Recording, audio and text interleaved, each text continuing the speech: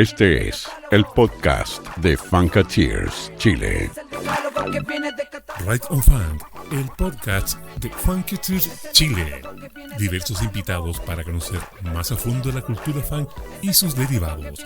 Recuerda suscribirte a nuestro canal en YouTube y síguenos en Spotify e iVoox. Conducido por Flavomite y DJ Melo.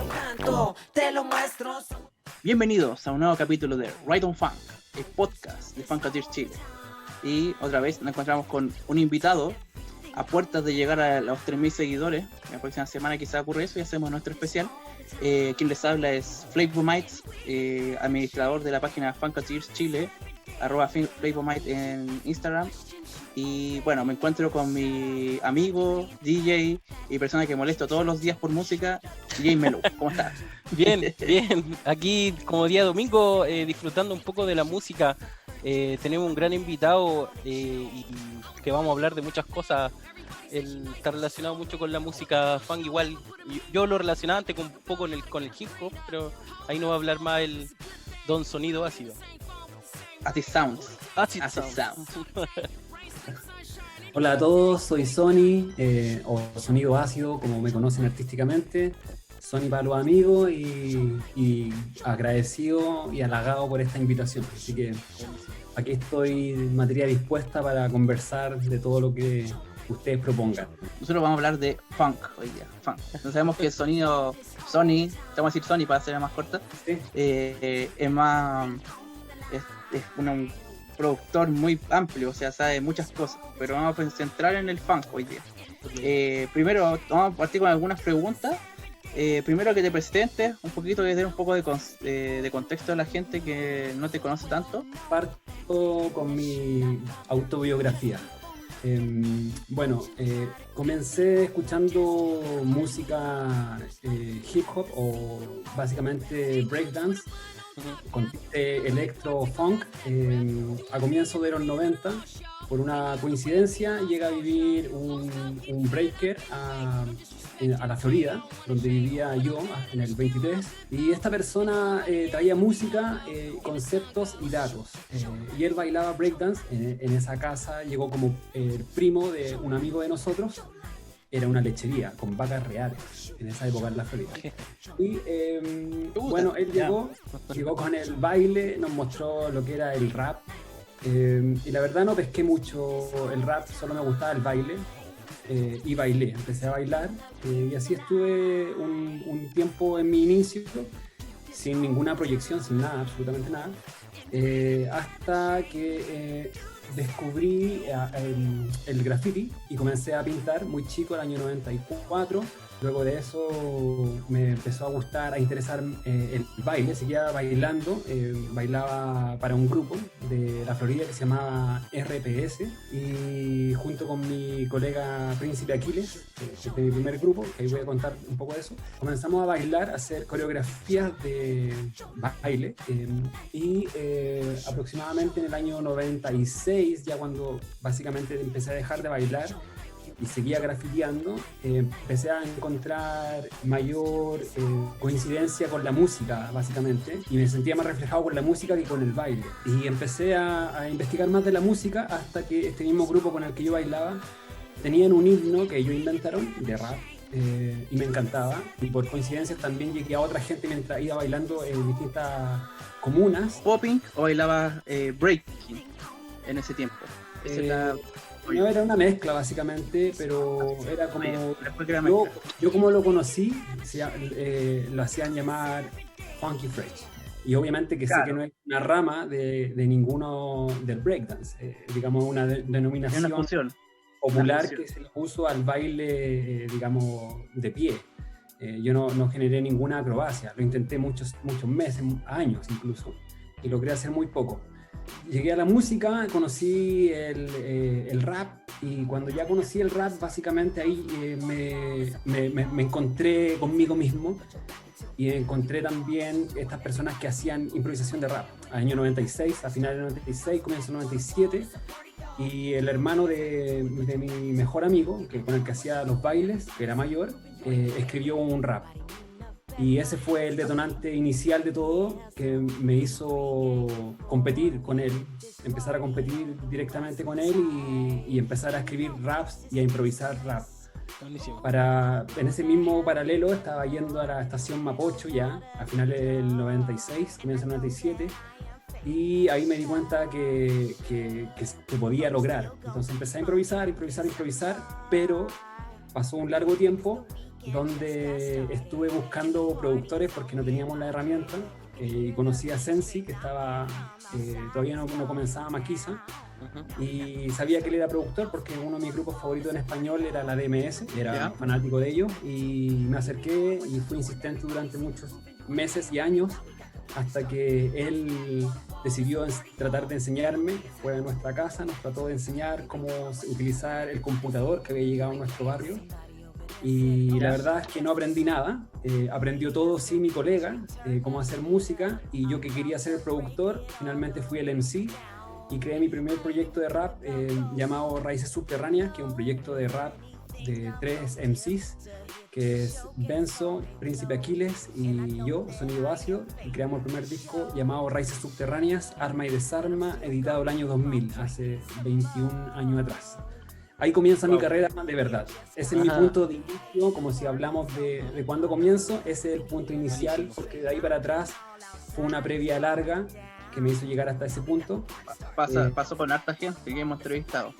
Sí, no, esa previa larga, así una fusión de muchas cosas, entre grafitear, rap, baile, y después se definen lo que quieren hacer.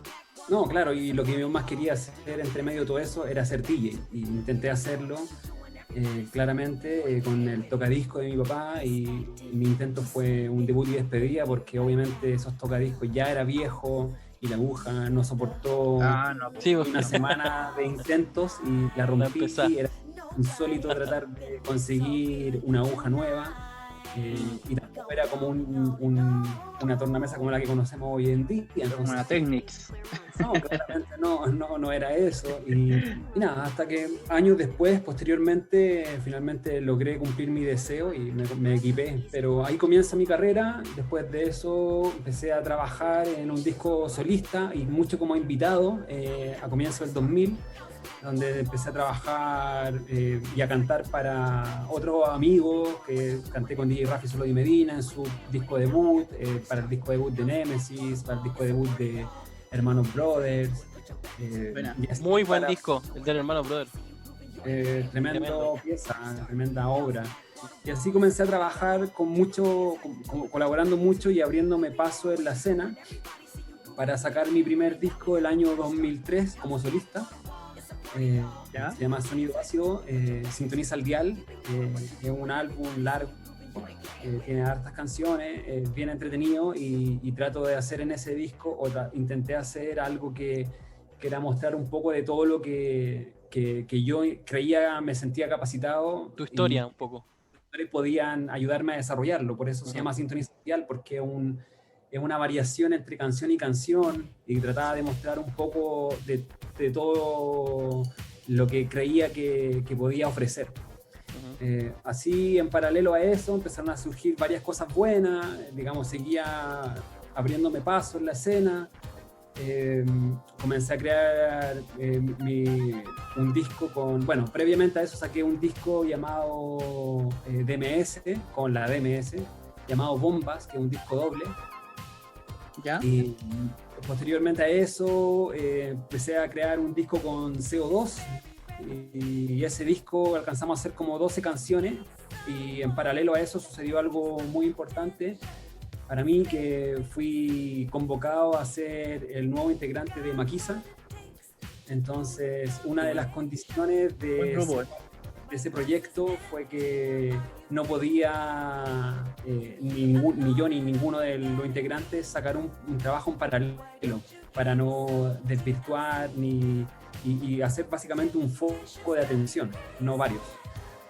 Entonces ese disco nunca salió al aire, nunca lo terminamos hasta el día de hoy, y en relación a la línea de tiempo que estoy contando, fui parte de Maquisa, creé ese disco con ellos, Casino Royale, que fue su tercer disco, digamos segundo editado como con un sello reconocido, porque el primero es independiente, que es Vida Salvaje.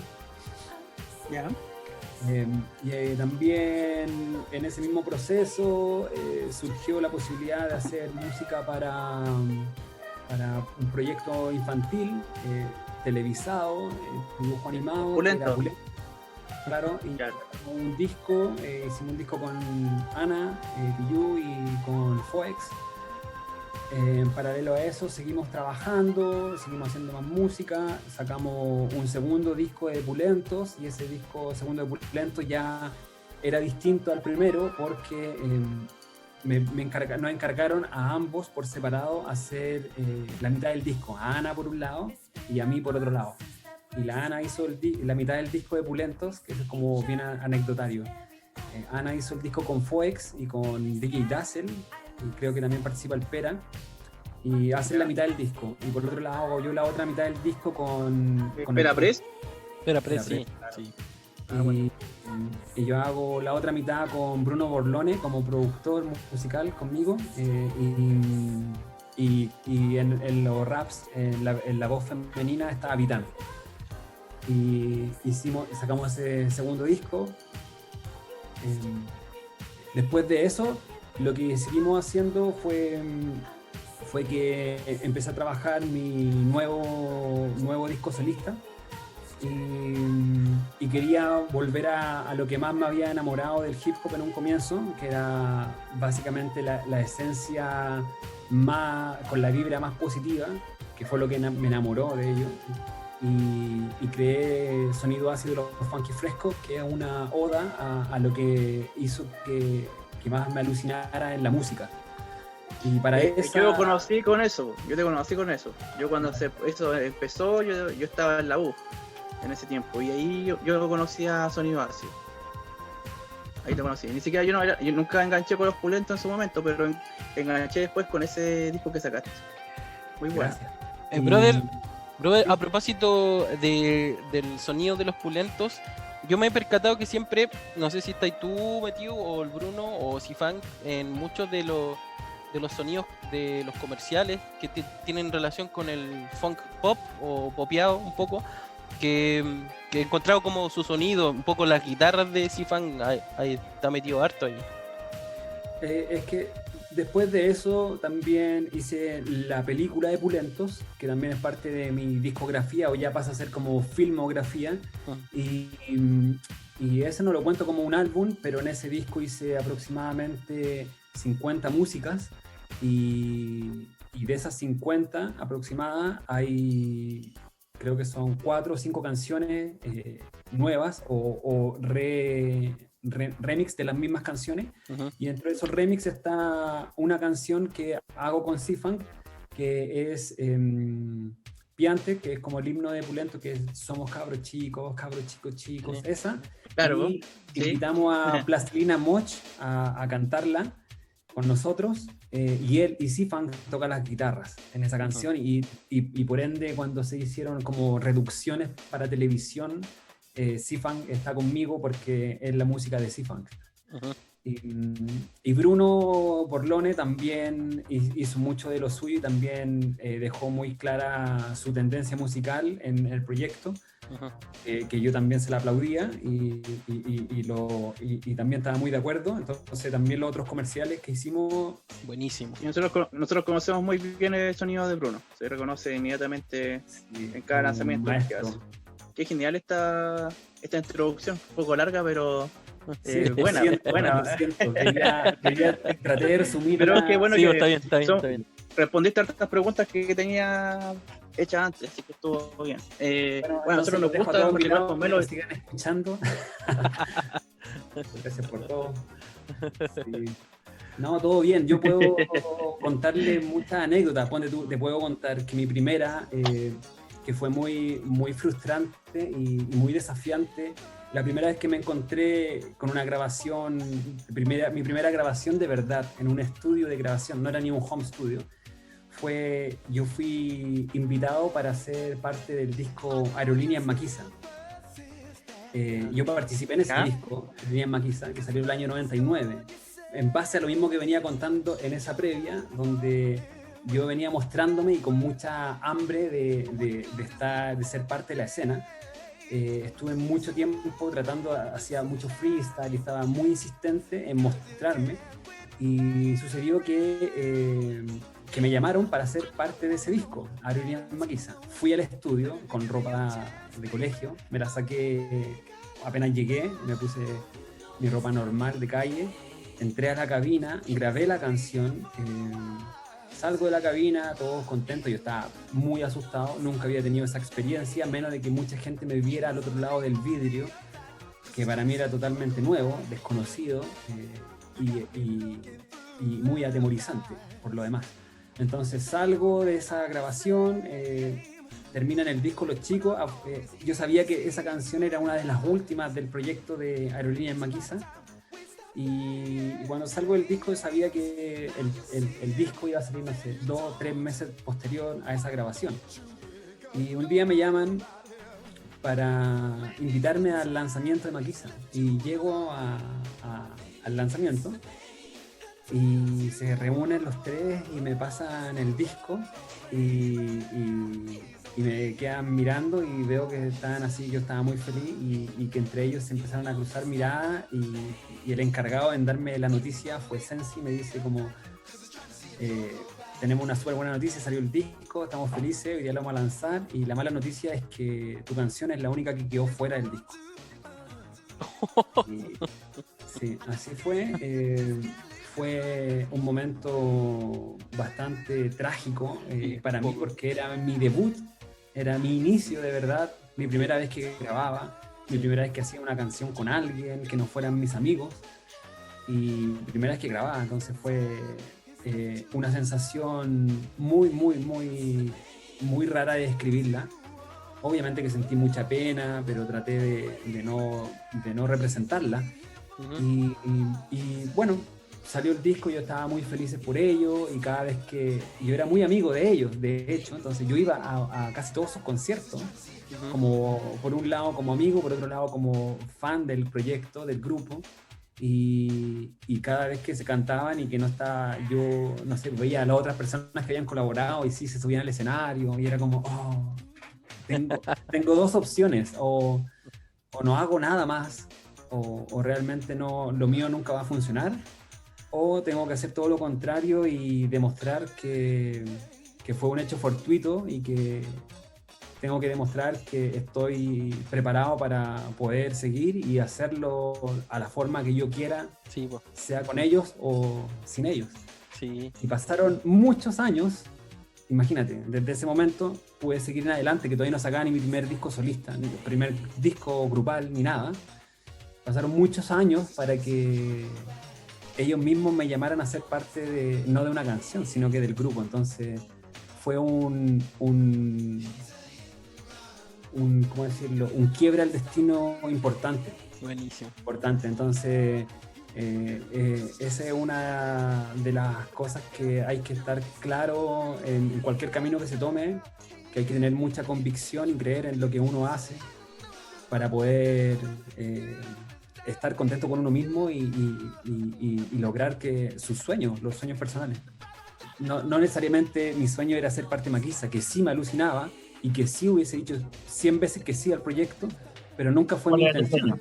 Nunca fue mi intención ser parte de ese grupo tan importante para mí. Pero digo, como sí luchar por el objetivo principal, que era hacer música.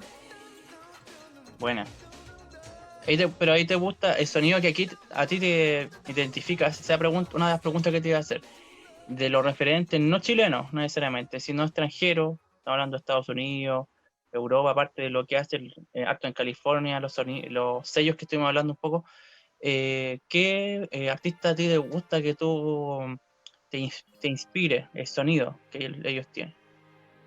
Tú hablas de la música en general, ¿cierto? No, hablo de la música funk. Estoy hablando de tu creación funk. Bueno, como mi formación no nace específicamente en el funk, mi formación sí me hizo un fan acérrimo del sonido, de la letra, de la forma, de la composición, de todo, nace a través del hip hop, nace a través del rap y específicamente escuchando, dándome cuenta de que muchas de las canciones que más me llegaban a mí tenían su raíz en el funk. Por darte un ejemplo muy claro y que puedo responder la pregunta en esta misma respuesta. Es como cuando yo escuché el disco de Chronic de Dr. Dre, el primer disco solista de Dr. Dre, para mí, primero que todo, fue como algo que nunca me había esperado, porque yo no era fan de NWA, nunca me gustó mucho, la verdad, porque no lo entendía lo suficiente como para entender la grandeza del proyecto, pero cuando salió el disco de Dr. Dre, mi foco de atención cambió 100%, dio un giro de 180 grados al darme cuenta que la música era distinta a todo lo que estaba escuchando, porque ya no eran loops ni samples, que tampoco lo podía comprender de esa manera, porque era chico, pero sí me daba cuenta que había algo distinto.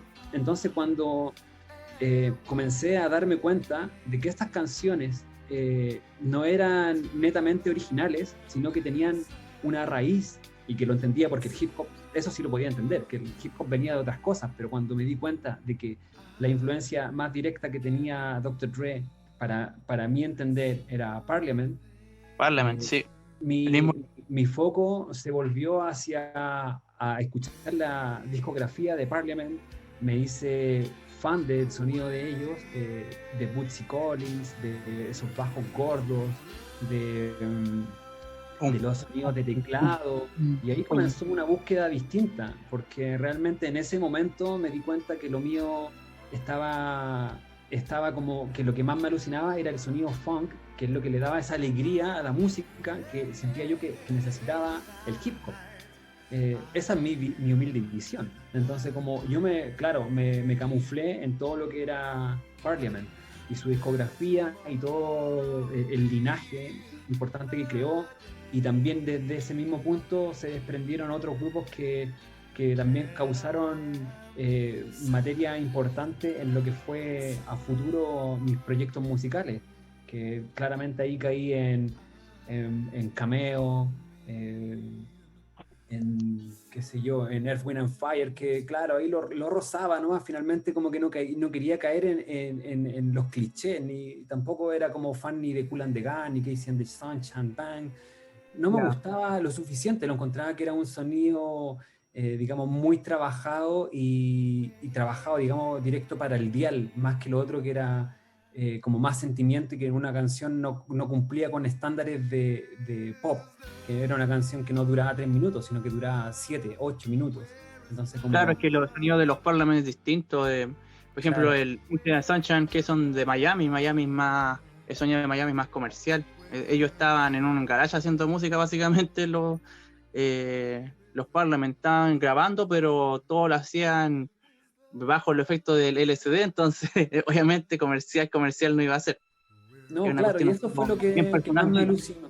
Eso fue lo que más me alucinó, y en paralelo me empecé a dar cuenta de, no sé, de otras cosas que orbitaban alrededor de aquello, que no sé, me estaba dando cuenta de canciones que me gustaban, que venían de otros géneros musicales y que tenían la misma raíz, por ejemplo, qué sé yo, Red Hot Chili Pepper, y darme cuenta que la música que más me gustaba de ellos está netamente influenciada por la producción de George Clinton, qué sé yo, y su giro también en la música. Entonces como, ok, para mí eso ya marcaba algo relevante y un foco de atención que no quería descuidarlo tampoco. Entonces, y así fui como empezando a hacer crecer mi gusto por el funk, desde Gap Band, que hasta el día de hoy sigo a Charlie Wilson, que encuentro que es una voz muy privilegiada, que no ha perdido nada. No envejece nunca, Charlie. Hablando de eso, Melo tiene una noticia al respecto de eso, de Charlie Wilson. No, ¿por qué? ¿Está de cumpleaños? No sé. No, porque tú habías descargado... el Hi-Res, que tengo unos archivos de los discos de Gat Band, pero en formato Hi-Res. Wow. Que es como el FLAC al máximo. 24 hay que bits. utilizarlos. Sí, sí, Hay sí. que utilizarlos. Sí. Sí, no, y así mismo fui, no sé, fui creciendo y escuchando eso y dándome cuenta, no sé, de artistas que me alucinaban mucho, y que sentía yo que me encantaría hacer cosas como canciones muy específicas de artistas del rap que eran muy funk y tenían mucha luz y que son canciones que nunca se avejentaban. Me pasó mucho con, no sé, con el sonido de Alliance Ethnique, que para mí fue clave en mi formación igual. Y lo tomo como un referente sin duda en Funky Fresco. Para mí tiene mucho que ver en cómo él se enfrentaba al micrófono o a las sesiones y cómo era el resultado de aquello. Es lo mismo que trataba de plasmar en la música yo, por lo menos en ese proyecto. Y así con varios más, digo, pero ese fue un disco de cabecera también. Sony, vamos a ir a la primera pausa, entretener la idea que está desarrollando y ¿Ya? volvemos con el segundo bloque, esta especial con sonido ácido Right on. y Right on Funk, en nuestro podcast, Right on Funk. Volvemos, cabros, no se vayan. Este es el podcast de Funkateers Chile. ¿Cansado de medios de comunicación politizados y que no se enfocan en la música? Ya está aquí Funkateers Chile, un medio serio dedicado 100% al funk y la black music. Entrevistas, películas, series, podcast y todo editado por quienes de verdad saben de música. Encuéntranos en Instagram y Facebook como @Funkateers_Chile. Síguenos y ayúdanos a seguir creciendo. Funkateers Chile. Somos el real funk en Chile. Este es el podcast de Funkateers Chile. ¿Quieres vestirte con estilo? Big Popper Style es tu tienda. Con la mejor ropa, accesorios urbanos, poleras, polerones, mochilas, joyas únicas y a tu gusto. Con envíos a todo Chile. Encuéntranos en Instagram como @Big Popper Style. Big Popper Style, the new generation of your style.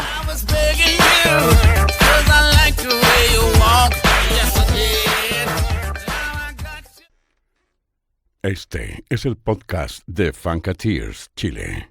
Estamos de vuelta ya en nuestro último bloque de este capítulo con sonido ácido. O Sony, ¿cómo estuvo su pausa, cabros? Todo bien acá, preparado para el segundo bloque. Eso. Ya, genial. Ahí estamos. Yo tenía en el tintero una pregunta. Nosotros, bueno, yo siempre he estado metido en la música, en el funk y el funk yo lo empecé así como a conocer con los Tetas, en 99, 98. Y en el año 2000 hubo algo muy importante en la música, o sea, relacionado con el funk y el black music. Se unieron grupos como Raiza, estaba y tú me parece, estaba ¿quién más estaba? Estaba Matajari, La Rabona Funk, todos varios en un set, en un concierto. Me gustaría saber qué hablaban los músicos ahí, cómo se unieron en torno a la música en cuanto a qué conceptos, qué grupos, esas cosas me gustaría saber. Mira, la verdad, yo creo que haberte escuchado que dijiste 2000. Si fue el 2000 yo no estaba. 2003 por ahí. 2003 por ahí. O sea, yo creo fue más adelante y sí, los chicos en un momento se reunieron, grandes exponentes de la música funk, disco, habían raperos todos juntos. y hasta donde yo entiendo partió, este es mi punto de vista, hasta donde yo entiendo partió en base a las fiestas, a las producciones que hacía un productor de música, de eventos, digamos. Yeah. Y él partió con este gusto del funk, que le alucinaba, como a todos los que estaban en esas fiestas, y comenzó a hacer fiestas temáticas de funk. Y le comenzó a ir súper bien, la verdad. En cuanto a la expectativa de llegada de público, las fiestas se empezaron a llenar, se empezó a generar un movimiento funk nuevo y y hasta el momento, hasta cierto punto, desconocido, porque había mucha gente que le gustaba, pero no habían fiestas temáticas, y menos que se fueran reiterando cada 2 semanas, una vez al mes, o incluso más. Bien potente, ahí me acuerdo, bien potente. Sí. ¿Pero esto tenía que ver con los Physical Brothers o era otra productora? No. Mira, yo tenía entendido que uno de esas personas que empujó, hizo ese empuje grande, le decían Pipe Funk. Sí. Y él tuvo una gran repercusión en eso, porque ahí él lo hizo solo, básicamente, por gusto. Yo no soy amigo de él, pero yo veía que él, no sé, una fiesta, un fin de semana era, qué sé yo, Sipan, al otro fin de semana era Papa Negro, al otro Mata Hari, al que seguía Sonido Ácido, Los Funky Frescos, al que volvía después, empezó a traer a todos los grupos y empezó a generar movimiento y la gente seguía a todos esos grupos. Sí, seguía yendo a las fiestas, sea quien fuese el protagonista de la noche. Y obviamente la gente que iba así conocía a los grupos, digo, como no era tan azaroso, pero y sabía también a lo que iba, con quiénes se iban a encontrar. Y empezaste a ver más gente, a ver caras conocidas de vez en cuando. Las fiestas empezaron a ser cada vez más masivas. Y por un lado estaba eso. Por otro lado, yo sé que se generó un movimiento que no tenía que ver con este productor, que tenía que ver con los mismos músicos. Y hasta donde yo lo vi era por parte de la gente de Mata Hari. Así, yo desde lejos viéndolo, así como o siendo invitado a estos proyectos, y donde ellos reunían y hacían que todos se subieran al escenario en algún momento del show. Y eso era una locura. Súper bueno. Y era complejo en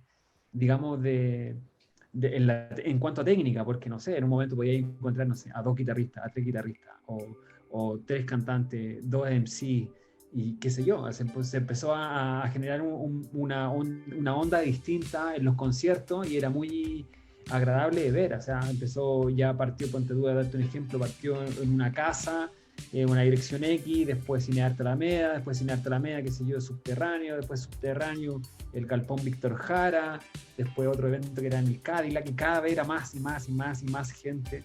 Empezó a generar un movimiento importante que se fue moviendo por distintas ciudades, y yo no sé quién fue el precursor de aquello, pero se lo aplaudo, y yo siento que yo era una de las personas un poco más distintas dentro de la escena, de ese movimiento, porque todas las otras personas que estaban involucradas eran realmente de un género que era netamente o propio de ellos, a diferencia mía, que yo era como el invitado a ser parte de esto, y donde estaba, qué sé yo, de Kirusa tocando, estaba, qué sé yo, los Mata Hari, y de repente llegaba el momento donde decían como que se abrió la jam session arriba del escenario y hacían la cita sin ningún temor alguno, y decían como, oye, Sony, ¿dónde está? Yo, Sonido Ácido, súbete, y yo como, ok, me toca, subo, improviso, hago un poco de freestyle, mezclo alguna letra, y de un día para otro ya me empezaron a llamar y me dijeron que me aprendiera, qué sé yo, Remember the Time. En otro momento era otra canción, y tenía que subirme a hacer covers, y que no era algo que estaba habituado a hacer, y menos iba a intentar cantar una canción de Michael Jackson. Nunca lo hice. Digamos, me subí a cantar Remember the Time, pero jamás... Remember the sonido. Claro, entonces me subí a cantar con mucho respeto. O sea, no iba ni a intentarlo, porque no iba a dar la nota. O sea, como, ¿quién lo va a hacer? Entonces subía y cantaba, hacía unos versos, unas improvisaciones, llegaba al coro y volvía al coro en inglés, y todos sabían que era Remember the Time. Entonces era como así, y así me subía a hacer varias canciones con esta gran multibanda, no sé cómo llamarla, pero eso fue único, nunca más se dio, fue único. No, nunca más se dio, y yo creo que tiene que ver con que tal vez, no sé, era tan grande el cartel, y tan difícil tal vez de financiarlo, que eso era algo que no era, que más allá de la pasión y del tiempo que se le dedique, o que se le dedica a algún productor de evento o de fiesta, no sé, pues, te puede pasar la cuenta. Y no digo que eso le haya haber pasado, porque no sé cuál fue el motivo que se extinguieron esas fiestas ni nada. Pero hubo, no sé, por darte un ejemplo, 1 año o máximo 2 años que sucedió eso. Sí. Y que fue muy, muy entretenido y que hubo un revival del funk o una primera nueva ola de lo que era la gente que hacía funk. O sea, tú veías ahí, tú llegabas a las fiestas y realmente era funk o funky, qué sé yo, veías ahí la gente vestía así como de popping, bailando, locking, no sé, era raro, ¿cachai? Era como... Y raro la sensación de que se había abierto un espacio desconocido. Y afortunadamente tuve la posibilidad de vivirlo y estar en esas fiestas. Si bien muchas veces, qué sé yo, no tocaba, cantaba con mi grupo, iba muchas veces como invitado y las otras que no, iba como DJ. Entonces también era como, ok, aquí puedo poner todo lo que me gusta del funk y voy a probar realmente si mi gusto coincide con la gente. Y me iba muy feliz después de cada fiesta porque sí, así les gustaba harto y lo pasaban todos bien y me incluyo. Fue un muy bonito ejercicio. Qué buena esa instancia, loco. Bueno, que has podido desarrollar. Y cuando iba a mezclar, ¿ponías de todo, solamente funk, o era más abierto en ese sentido? ¿Mezclaste en alguna fiesta? ¿Mezclaste en alguna fiesta sonido? ¿Sony? Bueno, yo como mi carrera de DJ la hice muchos años, o sea, mezclé aproximadamente 8 años. Bueno. Me hice residente de Amanda, Yeah. Me hice residente del Subterráneo un tiempo, me hice residente del Bar Loreto, tocaba muchas veces en el ONACIU, me llamaban para eventos, después de eso empezaron a llamar mucho a eventos privados, de marcas. O sea, lo más especial que me tocaba hacer y que era, digamos, era como el DJ oficial, era ser el DJ de las fiestas de Club de Polo. O sea, eran unas fiestas muy distintas a las que venía haciendo, entonces como, digamos, era entretenido musicalizar ese tipo de fiestas o eventos privados, era distinto y así me tocó hacer hasta matrimonio, qué sé yo. O sea, me pude desarrollar y mezclé de todo, iba leyendo a la gente, entonces como que sabía de qué se trataba cada lugar que iba o más o menos tenía una idea. Y en estas fiestas de funk básicamente no podía tocar otra cosa que no fuese algo que tuviese alguna influencia funk. Si te tocaba algún tema de hip hop, tenía que tener una raíz que toda la gente lo conociera y que lo disfrutara. Buena. Y qué sé yo, no sé. Pero sí, lo pasé muy bien y toqué muchos años. Tengo mis 2 Technics acá aún. Tengo mi Rane 62 y sigo mezclando en la casa ahora. O sea, claro. Pero bien, ahí escuchando y haciendo unos humildes scratch o baby scratch para alguna de las canciones que produzco o qué sé yo. Sí.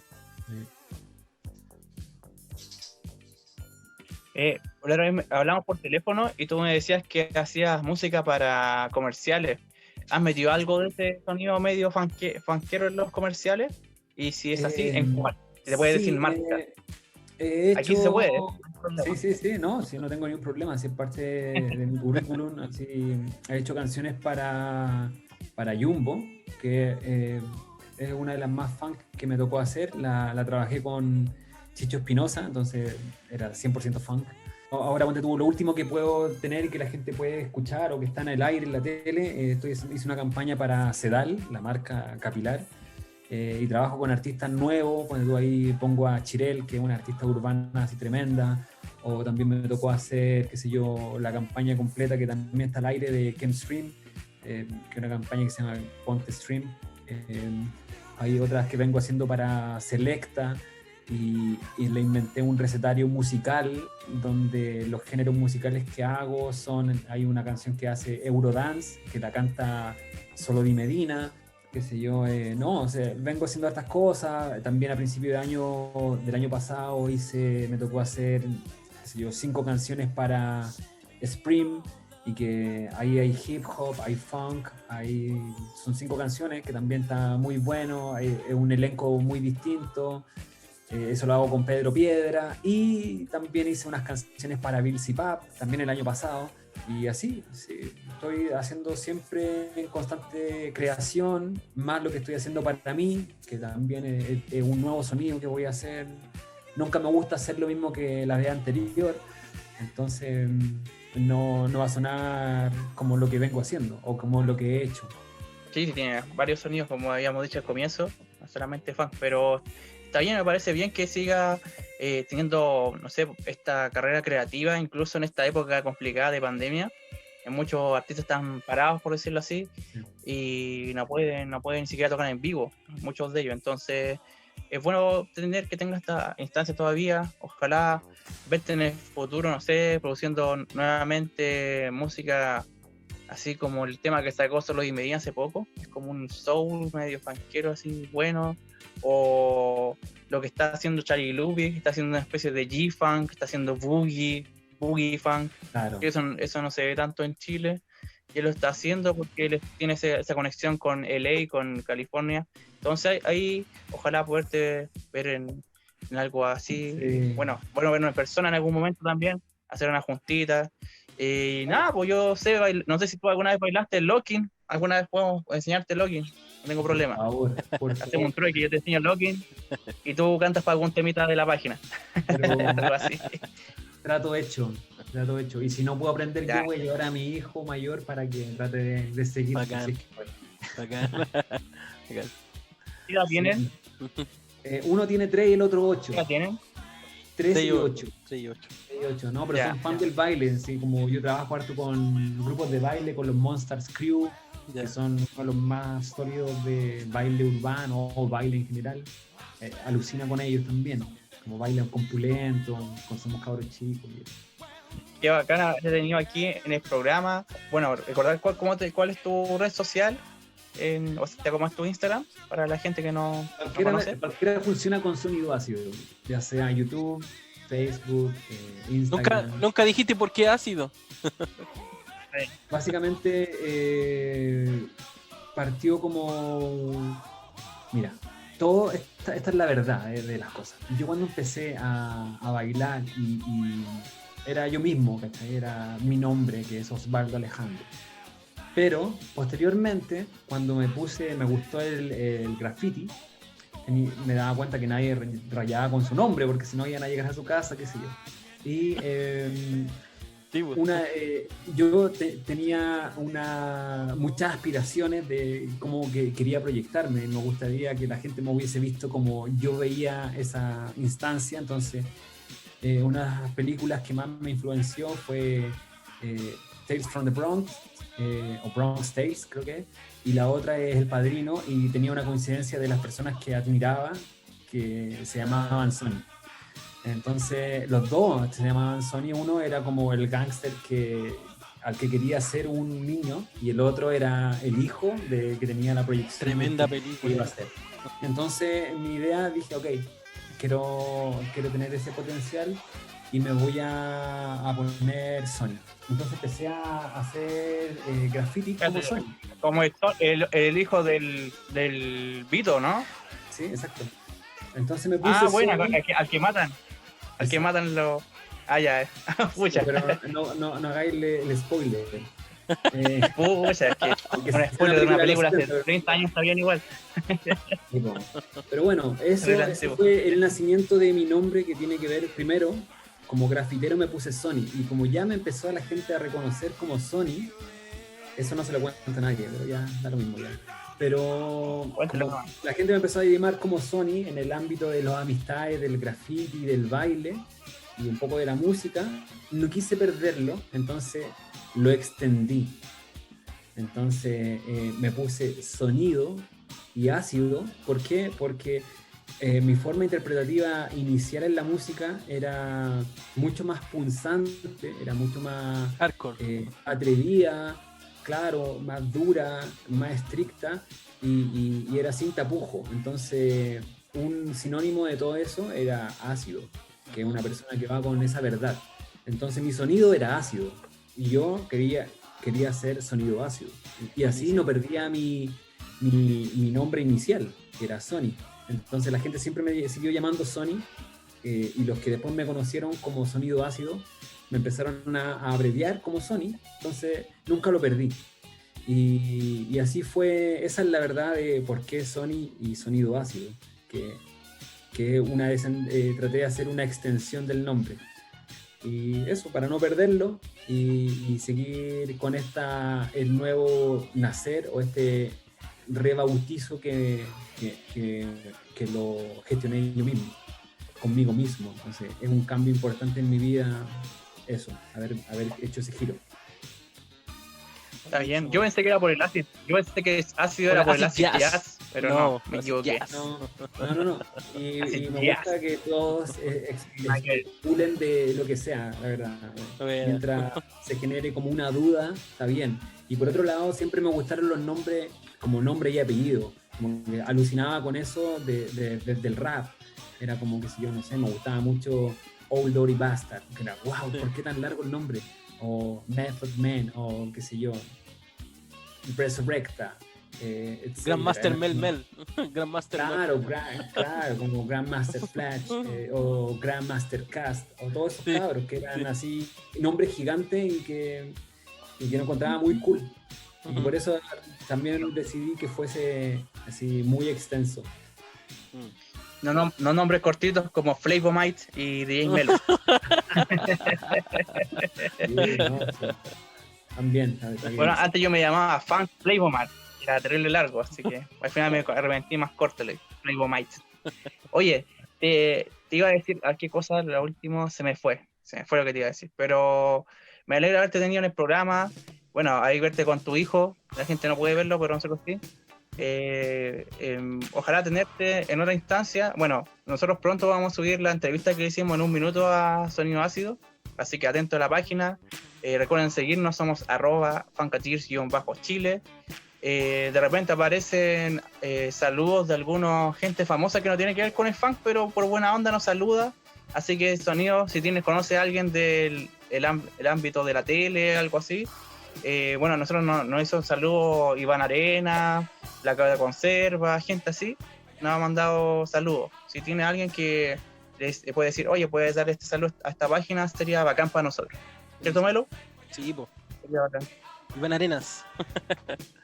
Ya se dio el lujo, ya nos dimos el lujo ya. Sí, me dio lujo. No, yo te voy a traer unos personajes pero más relacionados a la música. Ya, mortal. Ahí nos ponemos de acuerdo, ahí nos manda el video cortito, lo subimos, no hay problema. Así que vale. Un gusto haberte tenido, señor. Te dejamos ahí para que puedas cuidar de tu pequeño. Y ojalá vernos en algún momento, en alguna instancia. Y eso, pues, ahí estamos. Nos despedimos nomás, que estés bien. Esto fue Cuídate, Right On. Que te vaya súper. Y bueno, nos vemos mi DJ Melo, ahí estamos hablando. Te sigo molestando por WhatsApp. Oye, no, quiero decirle a toda la gente, gracias por escucharnos, por hacer que esto se mantenga vivo. Y escuchen lo que está en línea, descúbranlo si no lo han escuchado y coméntenlo, que eso nos sirve a todos para retroalimentarnos. Que estén muy bien, gracias por la invitación y nos vemos muy pronto. Nos vemos.